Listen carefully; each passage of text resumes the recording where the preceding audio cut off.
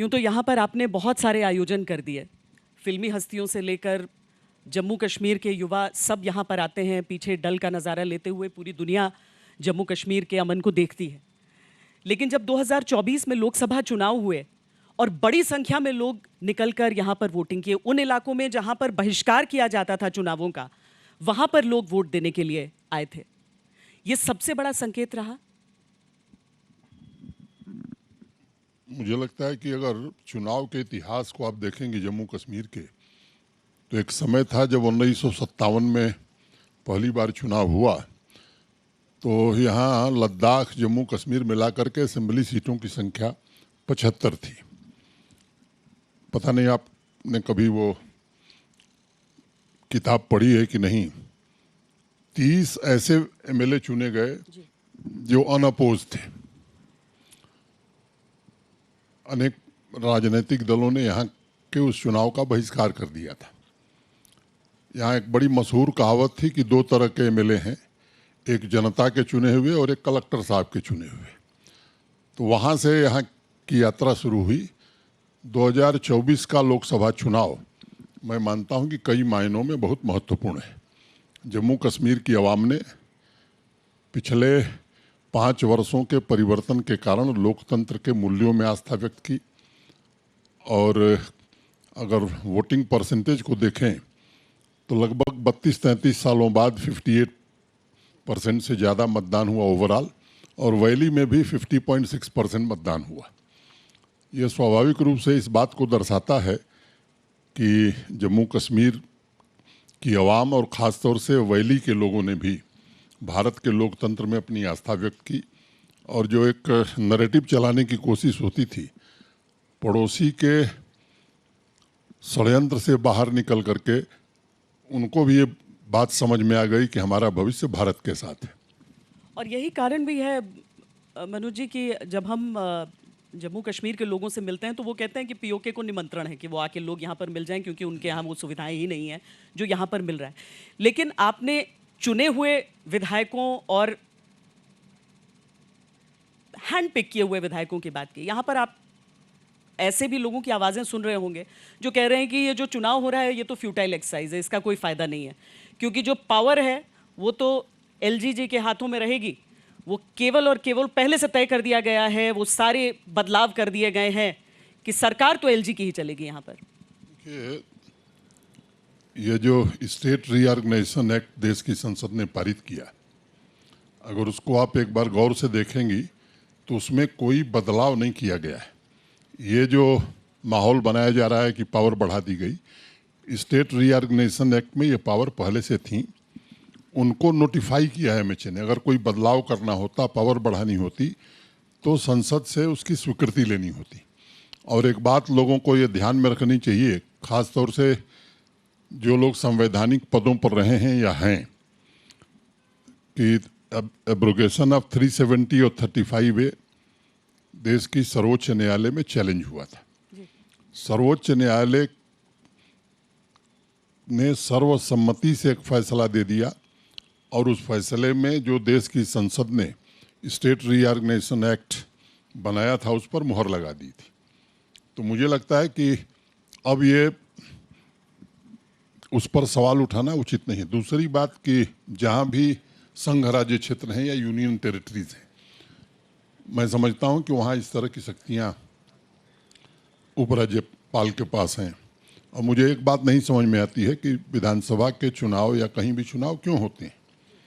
अगर चुनी हुई सरकार का उद्देश्य है कि जम्मू कश्मीर में शांति हो, समृद्धि हो, विकास हो, स्थिरता हो, अमन हो, तो मुझे लगता है कि कोई टकराव की गुंजाइश नहीं है।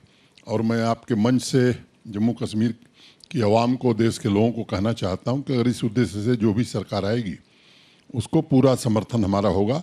और जिन 5 बातों का मैंने जिक्र किया उसमें जितने कदम वो आगे बढ़ाएंगे, हम सफ़र के नाते हम उनका साथ देंगे। सर, इसको कहते हुए, इस डर को जताते हुए जो चीज़ों का जिक्र किया जाता है, मैं एक बार आपसे जानना चाहूँगी कि क्या इसका इंटरप्रिटेशन गलत है या नहीं।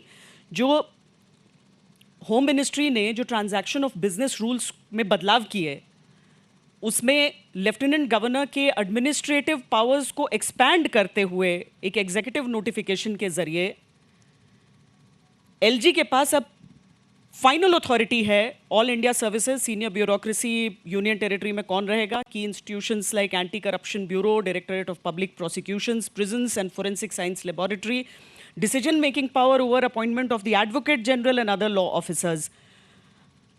मेरा आपसे निवेदन है, मैंने पहले ही कहा जी। कि स्टेट रीऑर्गेनाइजेशन एक्ट को एक बार पढ़ लीजिए, उसमें ये प्रोविजन ऑलरेडी थे। एमएचए ने केवल नोटिफाई किया है, अगर कुछ बढ़ाना या घटाना होता तो उन्हें देश की संसद में जाना होता। और मुझे लगता है कि बाकी यूटीज़ में जो अभी एग्जिस्टिंग लॉज हैं उनको भी आप पढ़ेंगी तो इसमें कोई ऐसा बदलाव नहीं है जिस पर कोई हंगामा करने की ज़रूरत है। तो एक बार यहाँ पर 10 साल बाद चूंकि चुनाव हो रहे हैं, बहुप्रतीक्षित चुनाव है, सबको इंतजार था, और मैं इसमें उन नेताओं की बात नहीं कर रही हूँ जो लंबे समय से यहाँ पर राजनीति में हैं, बल्कि उन युवाओं की बात कर रही हूँ जो पहली बार भी राजनीति में आ रहे हैं, चुनाव लड़ रहे हैं, बहुत सारे इंडिपेंडेंट्स आ रहे हैं। ये कहा जा रहा है कि इंडिपेंडेंट्स दरअसल सिर्फ प्रॉक्सी के तौर पर खड़े किए जा रहे हैं ताकि राजनीति के खेल को यहाँ पर बिगाड़ा जा सके। क्या आपने यहाँ रहते हुए वो पॉलिटिकल एस्पिरेशंस यंगस्टर्स में देखे हैं या वाकई सामने लाया गया है इन लोगों को? नहीं, दो बात मैं कहना चाहूँगा। एक तो मुझे लगता है कि चुनाव अभी हुए नहीं जी। और पहले से आकलन करना ये सर्वथा अनुचित है। भारत निर्वाचन आयोग एक संवैधानिक संस्था है और मुझे लगता है कि कुछ लोगों की ये आदत बन गई है कि किसी भी संवैधानिक संस्था पर कोई सवाल खड़ा कर देना, उनकी महत्ता को कम करना। मुझे लगता है कि ये अच्छी स्थिति नहीं है। अभी लोकसभा के चुनाव हुए हैं और मुझे लगता है कि किसी ने ये आरोप नहीं लगाया कि लोकसभा चुनाव में लेवल प्लेइंग फील्ड सबके लिए बराबर नहीं थी। और यहाँ मैं ये बात कह सकता हूँ कि विधानसभा चुनाव भी पूरी तरह से फ्री एंड फेयर होंगे। और अब 11 बजे रात को भी लोग जा कर के रेस्टोरेंट में खाना खा रहे हैं, 12 बजे रात को भी प्रचार हो रहा है, गले से गले मिल रहे हैं लोग, हाथ मिला रहे हैं। नहीं तो पहले के चुनाव को आप लोगों ने कवर किया होगा आज तक ने, खास तौर से तो गाड़ी से लोग बाहर नहीं निकलते थे। तो ये जो परिवर्तन हुआ इसे देखने की ज़रूरत है। और मैं बड़ी जिम्मेदारी से बात कहना चाहता हूँ कि चुनाव निष्पक्ष होंगे, शांतिपूर्ण हो, इसकी हर कोशिश होगी। और जम्मू कश्मीर की आवाम में एक नई एस्पिरेशन पैदा हुई, खास तौर से जब से 3 टियर पंचायती राज सिस्टम लागू हुआ यहाँ। मैं कह सकता हूँ कि देर से लागू हुआ, लेकिन फंड, फंक्शन और फंक्शनरीज ये तीनों हमने ट्रांसफ़र कर दिए थे। और डिस्ट्रिक्ट कैपेक्स का प्लान हो या विकास की योजनाएं हैं, इनको बनाने का काम, इस योजना को अंतिम स्वरूप देने का काम 32-33 हज़ार चुने हुए जनप्रतिनिधि करते थे। उसमें से अनेक ऐसे युवा हैं जो ये सपना देख रहे हैं कि जम्मू कश्मीर के विकास में वो भी अपना योगदान देंगे।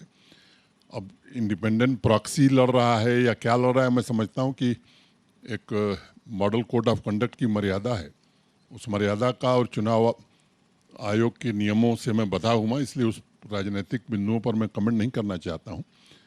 राजनीतिक दलों का काम है कुछ कुछ कहते रहते हैं। मुझे लगता है कि जनता इसका फैसला करेगी। लेकिन संवैधानिक बिंदुओं को भी हम चाहते हैं कि दर्शकों तक पहुंचे ये बात, चूंकि कई राजनीतिक पार्टियां ऐसी हैं जो धारा 370 हम वापस बहाल कर देंगे, स्टेटहुड हम दे देंगे, ये चीज़ें कह रही हैं। क्या वादे के तौर पर जो कहा जा रहा है वो संभव है संवैधानिक रूप से राज्य के स्तर पर? दो बातें हैं। मैंने पहले ही आपको एक बात कही कि जो लोग संवैधानिक पदों पर रहे हैं या संविधान की शपथ लेते हैं, उनको एक बात जाननी चाहिए कि अब 370 और 35 से भारत के संविधान का हिस्सा नहीं है, नंबर एक। दूसरी बात, देश की सर्वोच्च अदालत ने इस पर अपनी वैधानिक मुहर लगा दी है। बचना चाहिए लोगों को, मेरी सलाह होगी। राजनीति पर आप टिप्पणी नहीं करना चाहते हैं, लेकिन राजनेता आप पर मन भर कर टिप्पणी करते हैं।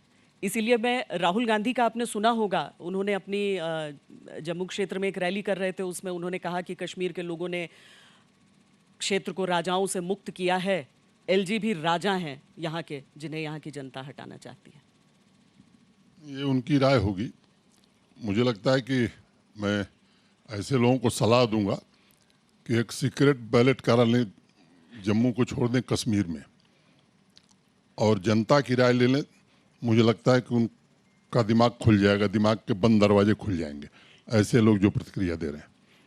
आपको विश्वास है कि पूरी जनता, जम्मू हो या कश्मीर? मैं आपसे बहुत जोर दे के कह रहा हूँ, आप देश का बड़ा चैनल और बड़ा मीडिया हाउस है, आप ही लोग ये काम कर लीजिए। और अगर 75% से ज़्यादा लोगों ने ये नहीं कहा कि नहीं ये जनता की भलाई के लिए पिछले 5 वर्षों में काम हुआ, तो मैं आपको कह रहा हूँ मैं यहाँ से चला जाऊँगा। बहुत सारी चीजें प्रत्यक्ष दिखती भी हैं। जी, देखने वालों को जरूर दिखती है, जिन्होंने एक अलग किस्म का चश्मा लगाया उन्हें न आज दिखेगा न कभी दिखेगा। मनोज सिन्हा जी, बहुत सारे लोगों को यहाँ पर जब धारा 370 को यहाँ से हटाया गया, अनुच्छेद 370 को, उसके बाद उन्हें जेल में डाला गया, नज़रबंद भी किया गया। अब चूंकि चुनाव का समय है, ये भी सवाल राजनीतिक पार्टियां उठाती हैं कि क्यों यही समय को चुना गया है जेल से उन लोगों को बाहर निकालने के लिए। मुझे लगता है कि अब न्यायालयों पर प्रश्न चिन्ह लगाने की आदत जो पड़ गई है वो देश के लिए ठीक नहीं है। तब तो कई लोग ये भी आरोप लगा रहे हैं, कुछ लोगों पर बड़े गंभीर आरोप लगे थे, जम्मू कश्मीर लद्दाख के उच्च न्यायालय ने उनको बरी कर दिया, इसका मतलब कि उसमें भी कुछ खेल हुआ था। तो अपने गिरेबान में झांक करके ही दूसरे पर आरोप लगाना चाहिए। कीचड़ में पत्थर गिरता है तो खुद पर भी आता है, ये इससे शायद लोगों को बचना चाहिए। अब मैं विकास कार्यों की तरफ चर्चा को ले जाना चाहती हूँ, क्योंकि बहुत लंबे समय तक कुछ क्षेत्रों का में तो दिखा कि ढांचा कुछ बन रहा है, लेकिन दूर दराज के इलाके, चाहे जम्मू का संभाग हो जाए या फिर कश्मीर के हिस्से में ही जो सरहदी इलाके हैं, वहाँ तक निर्माण का जाना हो। आपने कोविड के दौर में भी अपना कार्यकाल संभाला है। क्या कोविड के कारण थोड़ी सी देरी हुई उसमें? क्या आपके मन के अनुसार उस तेजी से, उस रफ्तार से काम हो पाया है उन क्षेत्रों में? नहीं, स्वाभाविक रूप से वो जो कोविड का दौर था वो बड़ा खराब दौर था, और पूरी गति देश की या जम्मू कश्मीर की रुक गई थी। पूरी मानवता पर मैं समझता हूँ कि शताब्दी में इतना बड़ा संकट नहीं आया था। स्वाभाविक रूप से कामों की गति कम हुई थी, लेकिन मुझे लगता है कि उसके बाद उस गति को तेज किया गया, और मैं समझता हूँ कि बड़े पैमाने पर, चाहे वो इंफ्रास्ट्रक्चर हो, रोड कनेक्टिविटी हो, पावर हो, या जिससे यहाँ के लोगों के जीवन में खुशहाली आ सकती है। मोटे तौर पर 3-4 क्षेत्र में मानता हूँ कनेक्टिविटी किसी भी इलाके के विकास में सबसे बड़ा योगदान करती है। अगर आप देखेंगे 10 वर्षों में जितनी सड़क बनी थी उससे ज़्यादा सड़क हम लोगों ने 4 साल में बनाई है, चाहे वो रूरल रोड्स हों, या अगर हाईवे और एक्सप्रेसवे की मैं बात करूं तो आज 1.5 लाख करोड़ रुपए के काम जम्मू कश्मीर में चल रहे हैं। हाईवे, टनल, जब मैं आया था 20 में, मुझे याद है, आपके साथी यहीं हैं आज तक के, जम्मू से श्रीनगर आते आते लोग थक जाते थे, कमर में दर्द हो जाती थी। इनको भी मैंने देखा है बेल्ट बांधते हुए, 8 घंटे लगते थे, अब 4-4.5 घंटे में चले आते हैं। अनेक ऐसे स्थान में गिना सकता हूँ, चाहे वो जम्मू से पुंछ जाना हो, रजौरी जाना हो, किश्तवाड़ जाना हो, डोडा जाना हो, तो ये अनेक इस तरह के काम हुए हैं। हाँ, ये सही है कि ज़रूरतें बढ़ती जाती हैं, लोगों की एस्पिरेशन जब काम होते हैं। पहले लोग ये नहीं सोचते थे कि गांव में भी सड़क बन सकती है। और मैं आज कहना चाहता हूं कि PMGSY जब इस देश में शुरू हुई थी, वाजपेयी जी प्रधानमंत्री थे 2001 में, तो जो भारत सरकार ने लक्ष्य रखा था कि 1000 आबादी के सभी गांवों को PMGSY के अंतर्गत रोड कनेक्टिविटी देनी है। उस समय जो हिली स्टेट्स थे, पर्टिकुलरली जम्मू कश्मीर, उत्तराखंड, हिमाचल, ऐसे नॉर्थ ईस्ट के राज्य, वहाँ ये क्राइटेरिया थी 500 आबादी के। उसके बाद सेकेंड फेज में 500 आबादी के गांवों को जोड़ने का लक्ष्य भारत सरकार ने रखा, और हिली स्टेट्स के लिए वो क्राइटेरिया थी 250 आबादी। तो मैं आपसे आज कहना चाहता हूं कि 2001 के सेंसस के आधार पर जितने गांव हैं उसमें 7 गांव बचे हैं जो नहीं जुड़े हैं, और वो 7 गांवों को जोड़ने का काम चल रहा है। 2-2.5 महीने में वो काम खत्म हो जाएंगे। 2011 के सेंसस के आधार पर 250 आबादी के जो गांव हैं, 113 गांव बचे हैं, और उनकी भी योजना हमने बनाई है। 1.5 साल में वो भी सभी गांव सड़क से जोड़ दिए जाएंगे।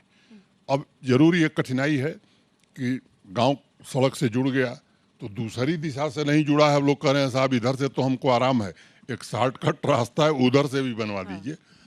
बॉर्डर एरियाज का जहाँ तक सवाल है, आप काफ़ी आपने उस पर काम किया है। मुझे लगता है कि आज़ादी के बाद से ये देश का दुर्भाग्य था कि ऐसे स्ट्रेटजिक जो इलाके थे देश के, कहीं न कहीं वहाँ तक कनेक्टिविटी हम बेहतर नहीं पहुँचा सके। वो काम पिछले 10 वर्षों में देश में काफ़ी गति से आगे बढ़ा है और मैं समझता हूँ कि आने वाले 5-6 वर्षों में जो बाकी देश हैं जिन्हें हम उदाहरण के तौर पर देखते हैं, वैसी स्थिति में भारत भी पहुंच जाएगा। और जम्मू कश्मीर में ढेर सारे ऐसे गांव हैं। एक विशेष योजना भी उन गांवों को लेकर के, बॉर्डर विलेजेस को लेकर के, उनके ओवरऑल डेवलपमेंट की हमने शुरू की है और मैं समझता हूं कि उस पर भारत सरकार का विशेष ध्यान है। सर, देश के बाकी क्षेत्रों की तरह यहाँ पर भी युवाओं की उम्मीदें वैसी ही होती हैं, वही एस्पिरेशंस हैं। उन इलाकों में जाते हुए अभी पिछले कुछ दिनों से जब मैं उन इलाकों में रिपोर्टिंग कर रही हूँ, सब इस बात को लेकर खुश थे कि कनेक्टिविटी बढ़ी है, लेकिन युवाओं में एक चिंता थी कि उन्हें रोजगार नहीं मिल रहा है। वो कह रहे हैं 370 के बाद कहा था कि इंडस्ट्री आएगी, ऐसा कुछ हुआ नहीं। ये बिजनेस कम्युनिटी का इंटरेस्ट कितना है भी, मतलब क्या आ रहे हैं लोग कि हम सेटअप करना चाहते हैं या नहीं, क्योंकि युवा पूछ रहे हैं कि रोजगार कहाँ है। दो बात समझनी होगी। मुझे लगता है कि रोजगार माने सरकारी नौकरी नहीं होती है। यहाँ ओवर एम्प्लॉयमेंट है गवर्नमेंट में जी। इसके कारण एक माइंडसेट में बात बैठ गई है कि सरकारी नौकरी ही असली रोजगार है। 4,80,000 सैंक्शन पोस्ट है जम्मू कश्मीर में गवर्नमेंट की।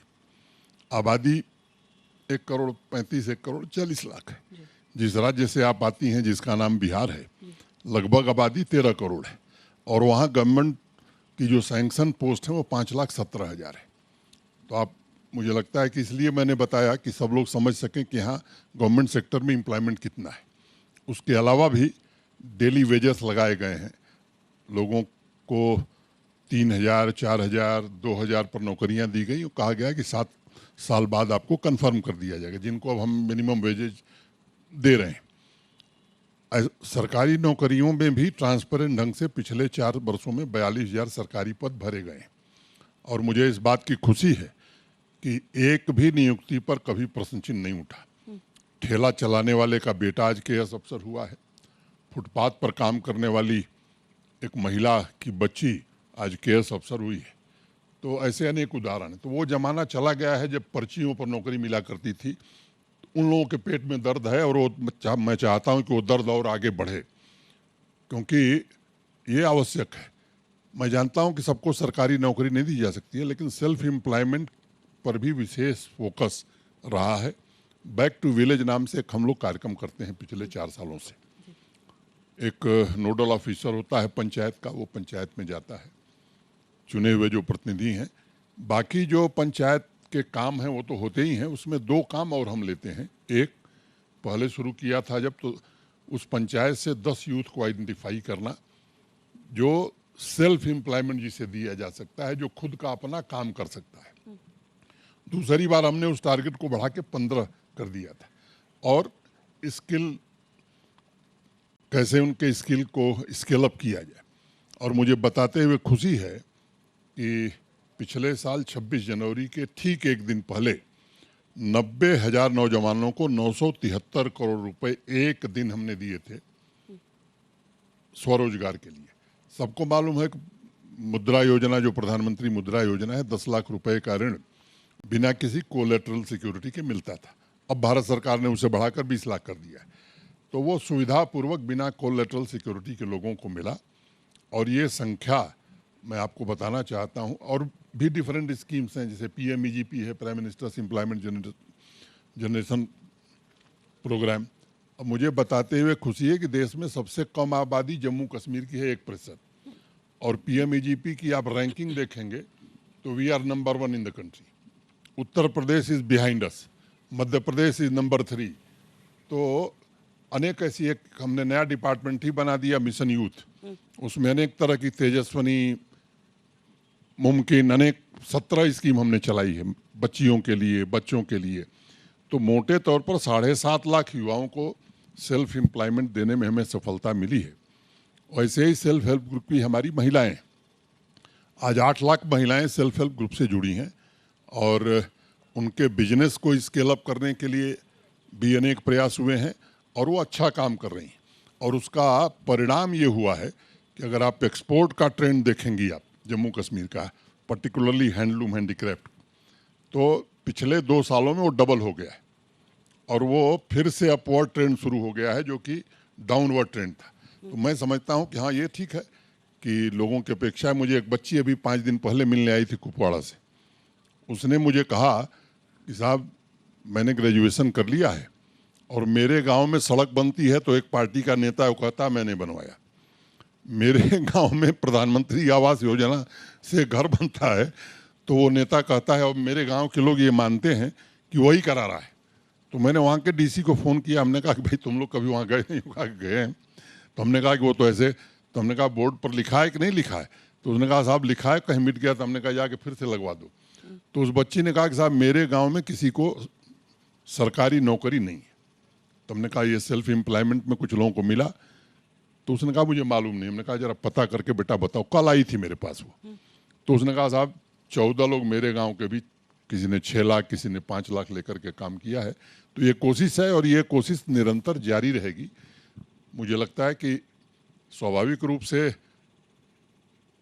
एस्पिरेशंस बढ़ी हैं, आकांक्षाएं बढ़ी हैं और देश के बाकी राज्यों की तरह यहाँ का युवा भी अब सपने देख रहा है। हर नेक्स्ट डे एक नया स्टार्टअप आ रहा है और मुझे सबसे खुशी इस बात की है कि जिस यूनिवर्सिटी के कन्वोकेशन में मैं गया हूँ 75% गोल्ड मेडल बच्चियाँ पाई हैं। और स्टार्टअप इकोसिस्टम में भी आप देखेंगी तो करीब करीब 48% हिस्सा हमारी बच्चियों का है।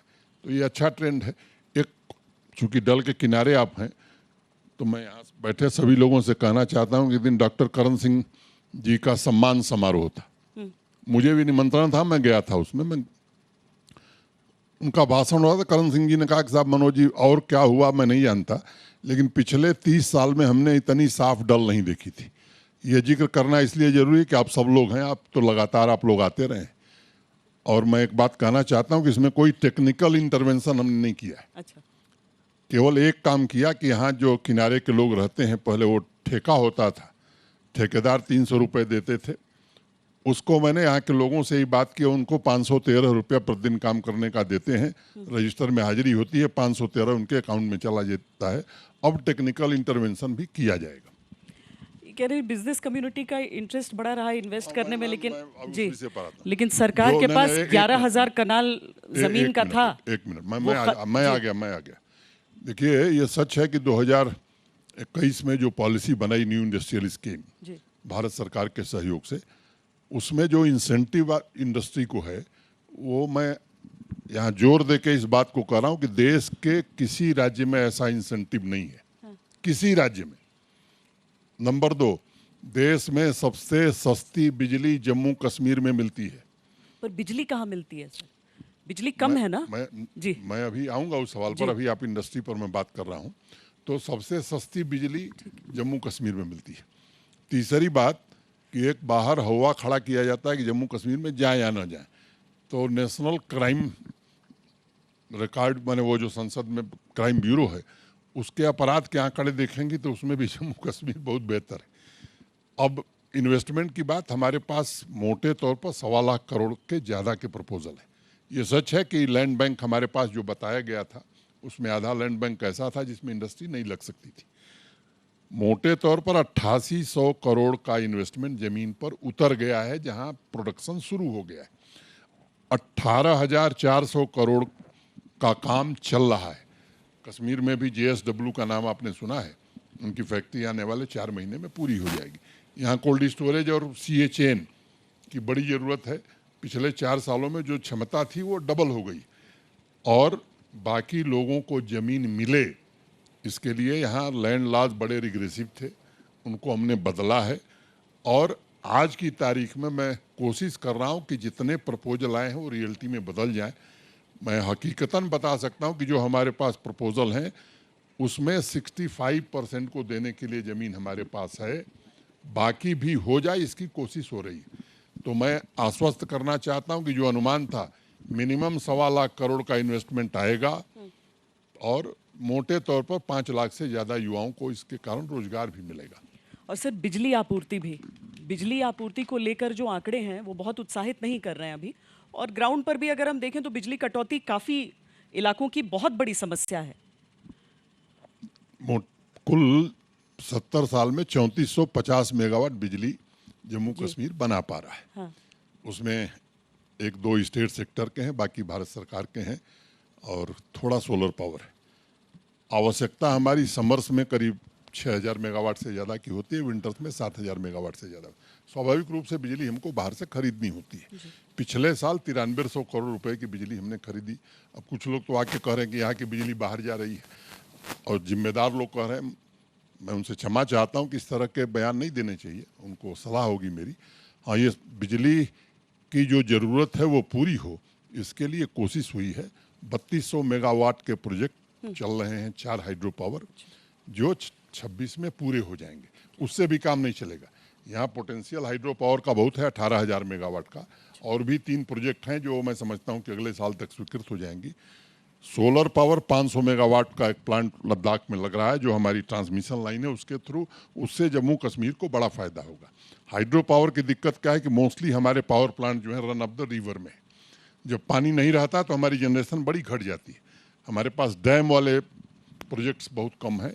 मैं समझता हूँ कि जो काम चल रहा है ट्रांसमिशन की, अगर मैं बात करूँ तो हमारी क्षमता अब ये हो गई है कि अगर बिजली हमको मिले तो हम 24/7 बिजली दे सकते हैं। लेकिन 24/7 देना, मुफ्त में बिजली देना, ये मोटे तौर पर 23,000 करोड़ पिछले 4 साल में हमारे पीडीडी पावर डेवलपमेंट डिपार्टमेंट ने घाटा उठाया है। भारत सरकार से उधार लेकर के बिजली दी गई। लेकिन जब भी कोई काम इस तरह का होता है, जैसे स्मार्ट मीटर लगना शुरू हुए, तो उसका भी विरोध। मुफ्त सेवाओं के लिए मुझे लगता है कि बिना पैसा दिए सेवा मिले, ये जमाना देश में ख़त्म हो गया है। जम्मू कश्मीर के भी बहुत सारे लोग हैं जो इसको स्वीकार कर रहे हैं, लेकिन कुछ लोग जिनकी आदत पड़ी हुई है, जो इसी आधार पर अपना जीवन बिताए हैं, वो लोगों को गुमराह भी करते हैं, भड़काते भी हैं कि साहब ये बिजली का कैसा पैसा, पानी का कैसा पैसा। मुझे लगता है कि मैं आम जनता इस बात को समझती है। मैं आवाम से भी अनुरोध करूंगा, देश में सबसे ज़्यादा टीएनडी लॉसेस यहाँ थे, पहले से कम हुए हैं। ये मैं आश्वस्त करना चाहता हूँ कि मीटरिंग के बाद हम इस स्थिति में आ जाएंगे कि अगर लोग पेमेंट करेंगे तो निश्चित रूप से पूरी बिजली दी जाएगी। और दूसरी बात मैं उसमें जोड़ना चाहता हूँ कि अगर सबका भुगतान मिलने लगेगा तो जम्मू कश्मीर के गरीब लोगों को मुफ्त में बिजली देने में जम्मू कश्मीर प्रशासन हिचक नहीं करेगा। आखिरी हिस्से में हम पहुंच चुके हैं इस बातचीत के। 370 हटने के बाद बहुत कुछ बदलेगा ये कहा गया था। 370 हटने के बाद क्या क्या बदला है वो आपने अपनी बातें कही हैं, लेकिन ठीक है, पत्थरबाजी खत्म हो गई, पर आतंकवाद हम अभी भी देख रहे हैं। हम देख रहे हैं किस तरीके से सुरक्षा बलों को टारगेट किया गया। बीच में टारगेटेड किलिंग्स यहाँ कश्मीर में बहुत सारे हिस्सों में हुए। कश्मीरी पंडितों का मसला रहा, वो बहुत असंतुष्ट हैं। वो सब पूछ रहे हैं कि 370 हटा तो हमारा क्या भला हुआ उसमें। एक तो सबसे बड़ी बदल यही हुई कि आप यहाँ बैठ करके कार्यक्रम कर रही हैं। इससे बड़ा प्रमाण मुझे लगता है कि शायद पहले आपने कभी सोचा नहीं होगा कि दिन में या रात में आप यहाँ कार्यक्रम कर सकती हैं। तो इस बदल को तो आप महसूस कर रही होंगी। ये दूसरी बात, मैं आपका जो सवाल है, पहले निश्चित रूप से कश्मीर एक देश के लिए चिंता का विषय था, कश्मीर का आतंकवाद। और जब मैं आया था तो एक चुनौती थी। आज मैं ये बात कह सकता हूँ कि जिस भी तंजीम का नाम लोग जानते हैं, उनका कोई टॉप कमांडर आज कश्मीर में नहीं है। वहाँ पहुँच गया है जहाँ उसे पहुँचना चाहिए। और पत्थरबाजी कम हो गई। लोग रात को, मैंने बड़े बड़े नेता जाके 11 बजे रेस्टोरेंट में खाना खा रहे हैं, सेल्फी खींच रहे हैं, बर्फ़ के गोले उछाले जा रहे हैं, वो सब हो रहा है। लेकिन मैं आपको एक घटना बताता हूँ। एक बच्ची मुझसे मिलने आई थी, 3 महीना पहले की बात है। एक ग्रुप था बच्चों का, तो मैंने उससे पूछा, बताओ बेटा। तो उसने कहा मैं आपको थैंक यू बोलने आई हूँ। हुआ क्या? तो उसने कहा कि मेरा भाई ग्रेजुएशन 5 साल में किया था, मैंने 3 साल में कर लिया। मेरा बड़ा ही हमने कहा क्यों 5 साल में किया? कहा कि स्कूल कॉलेज यूनिवर्सिटी चलती नहीं थी, तो अब बिजनेस भी चल रहा है, एजुकेशनल इंस्टीट्यूशंस भी चल रहे हैं, ट्रैफिक भी चल रहा है, पत्थरबाज अंतर्ध्यान हो गए हैं, या मैं कहूँ कि जिनके इशारे पर वो होता था वो शायद गुमनाम हो गए। हाँ, ये सच है कि केवल आतंकवादियों की संख्या गिनना ये आतंकवाद ख़त्म करने का रास्ता नहीं, उस पूरे इकोसिस्टम को ख़त्म करने का प्रयास हुआ है और काफ़ी हद तक उसमें सफलता मिली। एक बात आपने कही, कश्मीरी पंडित नाराज़ हैं। मैं चुनौती के साथ आपको कह रहा हूँ कि आप जाइए, और फिर मैं कह रहा हूँ अगर 85% कश्मीरी पंडित ये नहीं कहे कि नहीं साहब पहले से बहुत बेहतर स्थिति हो गई है, तो फिर वही प्रश्न अपना उत्तर मैं दोहरा रहा हूँ। हाँ, ये सच है कि कुछ लोगों की दुखद माने हत्याएं हुई हैं। वो निश्चित रूप से एक आदमी के किसी की जान की कीमत का कोई मुआवजा नहीं होता है कोई, लेकिन कश्मीर वैली में पूरी तरह से शांति स्थापित करने में हमें सफलता मिली है, जो सबसे बड़ा अचीवमेंट है। पहले लोकल रिक्रूटमेंट लगभग ख़त्म हो गया है। अब हमारा पड़ोसी बड़ा परेशान है, पेट में दर्द है। G20 हो गया, लोकसभा चुनाव में 58% मतदान हो गया। अब जो अपने लोगों को न्यूनतम नागरिक सुविधाएं नहीं दे पा रहा है, अब उसको स्वाभाविक रूप से उसका दर्द बढ़ेगा।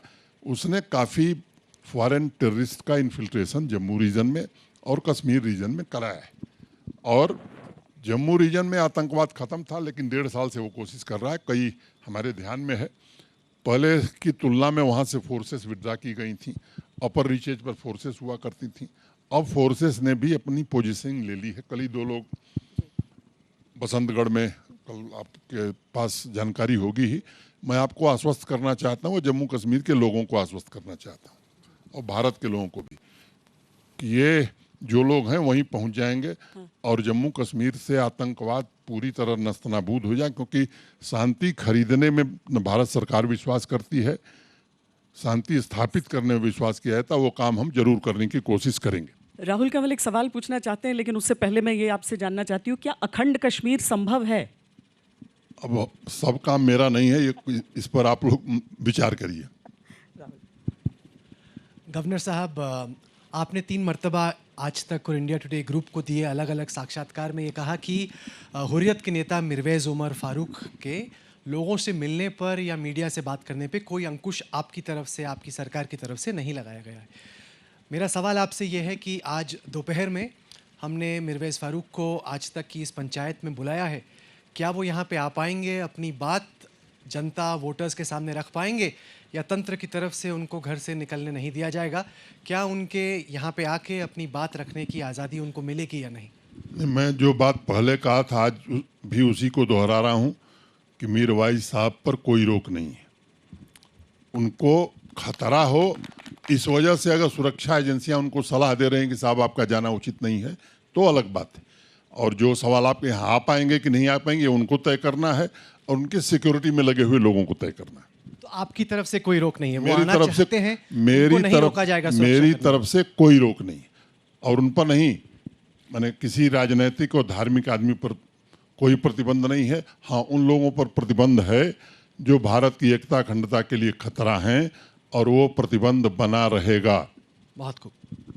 एक सवाल मुझे लगता है कि हमारे जम्मू संभाग को जो रिप्रेजेंट करते हैं सुनील जी भट्ट और फिर अशरफ वानी, एक सवाल और फिर हाँ, सवाल पूछना है। नमस्कार उपराज्यपाल जी। उपराज्यपाल जी, जो जम्मू कश्मीर प्रशासन के खिलाफ जो सबसे बड़ी जो आलोचना होती है जब से अनुच्छेद 370 और 35 हटा है, क्योंकि बड़े दावे हो रहे हैं कि निवेश आ रहा है, जॉब क्रिएशन होगा। जैसे कि आपको मालूम होगा कि यहाँ जम्मू कश्मीर में एक बहुत बड़ी रियल एस्टेट समिट हुई थी और कहा था कि रियल एस्टेट सेक्टर में बहुत बड़ा यहाँ पर बढ़ावा होगा, यहाँ पर निवेश करने बड़े लोग आएंगे, लेकिन ज़मीनी स्तर पर अभी कुछ दिख नहीं रहा है। दूसरी बात है कि जो हेल्थ सेक्टर है, स्वास्थ्य का जो सेक्टर है, प्राइवेट प्लेयर्स यहाँ है नहीं। बड़े अस्पताल, जो नामचीन अस्पताल है, वो यहाँ है नहीं, और अभी भी जनता को जो है जम्मू कश्मीर के बाहर इलाज के लिए जाना पड़ता है। तो उसमें बताइए, एक MOU साइन हुआ था एक निजी अस्पताल के साथ दिल्ली में, उस पर भी क्या अपडेट है, ज़रा बता सकते हैं आप? धन्यवाद। बस एक तो मैंने ये कभी नहीं कहा कि रियल इस्टेट में इन्वेस्टमेंट आ गया है। रियल इस्टेट की समिट हुई थी, लेकिन उसमें कई कानूनी पेचीदगियाँ थी, खासतौर से लैंड को लेकर के। उसमें काफ़ी कुछ परिवर्तन किया गया है। अभी तक उस क्षेत्र में न्यूनतम निवेश आया है, लेकिन जहाँ तक इंडस्ट्री का है वो मैंने अपने पहले जवाब में विस्तार से बताया है और आंकड़ों के साथ बताया। प्राइवेट हेल्थ फैसिलिटीज़ यहाँ कम हैं, ये सच है।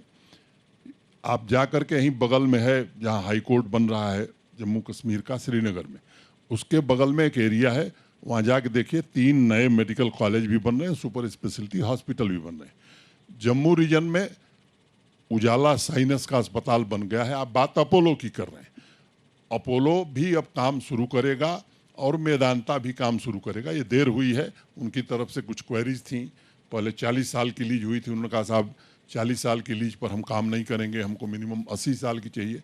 तो ये सब प्रक्रिया का दोष था, प्रक्रिया पूरी हो गई है, वो जल्दी काम शुरू करेंगे।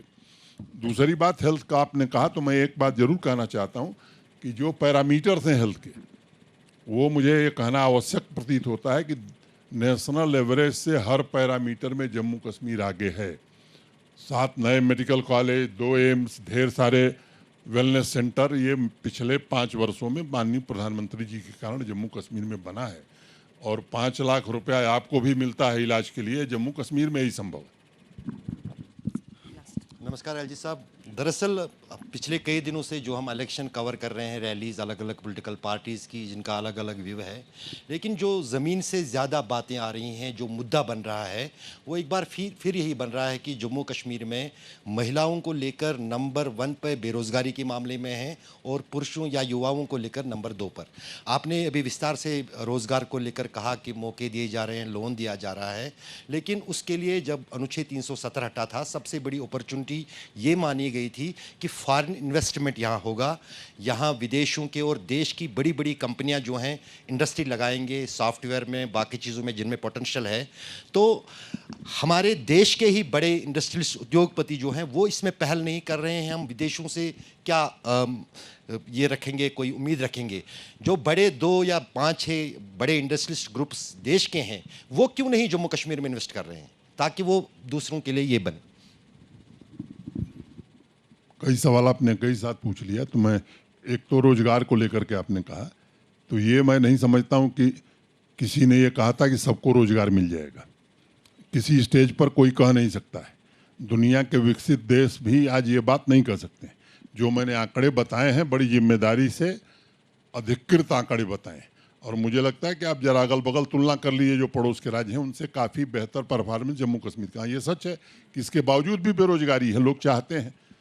और दूसरी बात आपने कहा कि बड़े तो फॉरेन इन्वेस्टमेंट यहाँ आया है, एमआर का काम यहाँ चल रहा है, आपको ये जानकारी है। आप भी उस दिन शायद थे, काम शुरू करने में उनको अपना मोबिलाइज करने में माने देर हुई है, लेकिन नॉर्दर्न इंडिया का सबसे बड़ा मॉल मैं समझता हूँ कि वो श्रीनगर में बन रहा है। कुछ और भी ग्रुप हैं जो छोटे मोटे काम कर रहे हैं। अभी जम्मू में आरसेलर मित्तल और HPCL की जो ज्वाइंट वेंचर है, वो 5,000 करोड़ का इन्वेस्टमेंट कर रहे हैं। सज्जन जिंदल भी अगर टॉप के 3 नहीं है तो बड़े इंडस्ट्रियलिस्ट हैं, वो यहीं कश्मीर में लगा रहे हैं। तो ऐसे कम से कम मैं नाम कहिए तो 50 गिना सकता हूँ। पॉलीकैब है जो कठुआ में इंडस्ट्री लगा रही है। ये सिंटेक्स जिनको टेक ओवर किया गुजरात वाले, वो यहाँ आपके यहीं पुलवामा में ज़मीन उन्होंने ली है, पुलवामा में इंडस्ट्री लगा रहे हैं। तो ऐसे अनेक लोग हैं जो लगा रहे हैं। अब बिरला जी आवें, अंबानी जी आवें, अडानी जी आवें, उनमें अगर कश्मीर के लोगों को विशेष रुचि है तो मुझे लगता है कि एक चिट्ठी आप लोगों को लिखनी चाहिए। फिर मैं उन लोगों से अनुरोध करूंगा कि कश्मीर का बड़ा प्रेम है आप लोगों से, आप लोग भी आइए।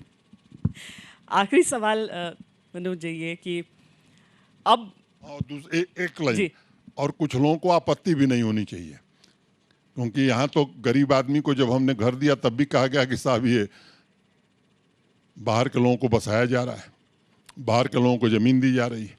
और ये सबको मालूम है कि 2017 के सेंसस में ही ये लिस्ट फाइनल हुई थी कि कौन PMAY का हकदार है। और ये बात मैं जोर दे के कहना चाहता हूँ कि इसको बड़ा कहा जा रहा है। एक सिंगल आदमी नहीं है बाहर का जिसको जम्मू कश्मीर में 1 इंच ज़मीन एग्रीकल्चर के लिए दी गई।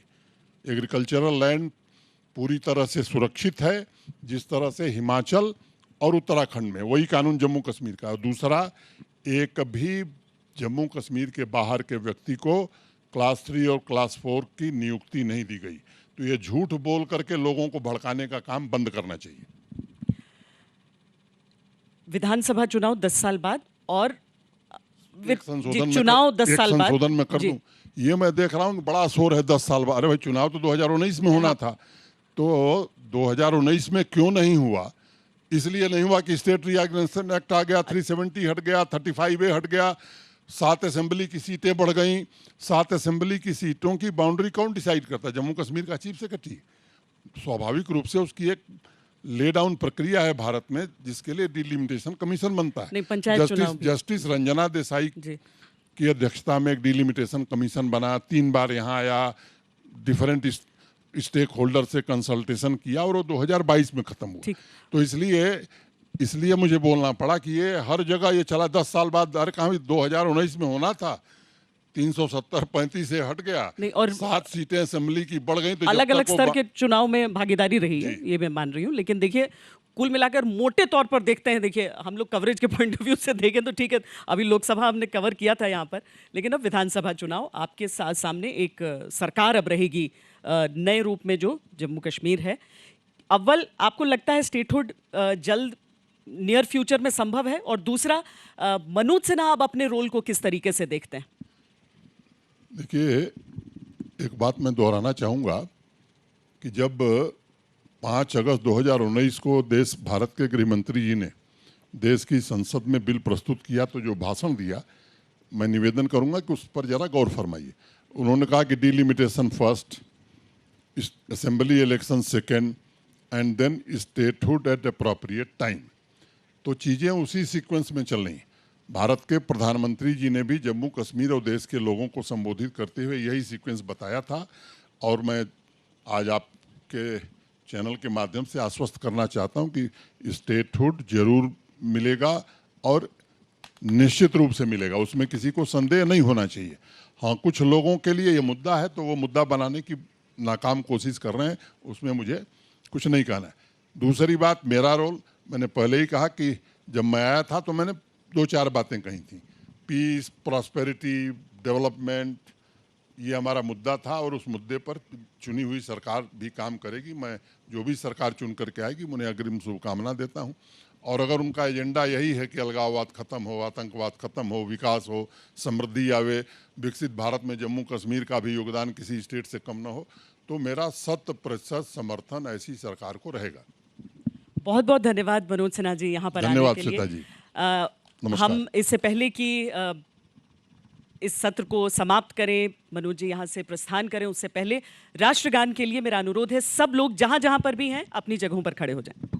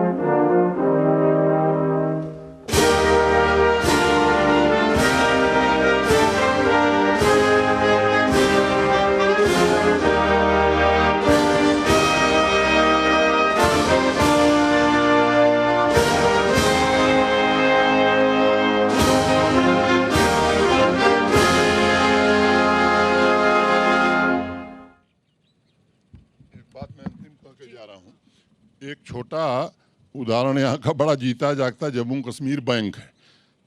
7 अगस्त 2020 को मैं आया था तो 1123 करोड़ के घाटे में था, और अभी मैं लास्ट मंथ की फिगर देख रहा था तो 1786 करोड़ के प्रॉफिट में। शेयर वैल्यू 10 रुपये से बढ़ करके 113 रुपये हो गई है, और वहाँ के कर्मचारियों को इतना डिविडेंड आज़ादी के बाद कभी नहीं मिला था। Thank you.